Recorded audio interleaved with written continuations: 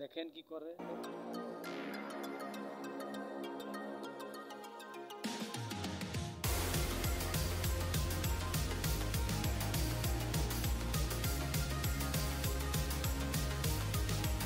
এরই নাম বাংলা মদ। কারা কারা খাইবেন তৈরি থাকুন এই বাংলা মদ।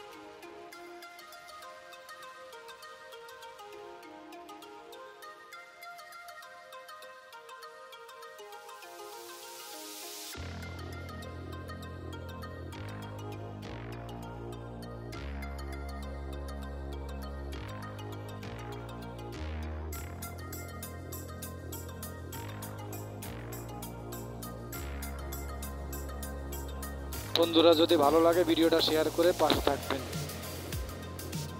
সব মানুষের দেখার জন্য সুযোগ করে দিবেন এই মদ কিভাবে তৈরি হয়, কিভাবে খায় এগুলা।